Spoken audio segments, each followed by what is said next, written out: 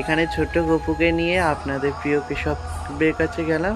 কেশবের বুকে দেখ কি সুন্দর আদর খাচ্ছে। তারপর আদর করার পরে ওদেরকে আমি ভোগও দিয়েছিলাম। তারপরে ভোগ খাওয়ানোর পরে আমি সাধ্যমতো চেষ্টা করেছি তাদেরকে সুন্দরভাবে সাজিয়ে তোলার জন্য।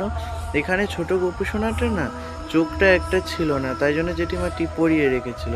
তারপরে দেখতে পাচ্ছ আমি কেমনভাবে সাজিয়েছি। আমি পুরো আমার নিজের সাধ্যমতোই চেষ্টা করেছি, আমি যতটুকু পেরেছি তারই আশীর্বাদে পেরেছি। হ্যাঁ, এই যে বলছিলাম আপনাদেরকে একবার দেখে নে, এটা পরের যে আমি করেছিলাম সেটা। তারপর তার দাদাকে টাটা করে সে বাড়ি চলে যাবে তার মার কাছে। তার মা অধীর আগ্রহে অপেক্ষা করছিল। তারপর জেঠিমা কত খুশি হয়েছে তোমরা দেখে নাও, সুন্দর করে সেজে উঠেছে। জেঠিমাদের বাড়িতে গান বাজছিল তাই কথাটা আমি শেয়ার করলাম না। জেঠিমা খুবই আনন্দ পেয়েছে। আগের রূপটা দেখে নাও তোমরা।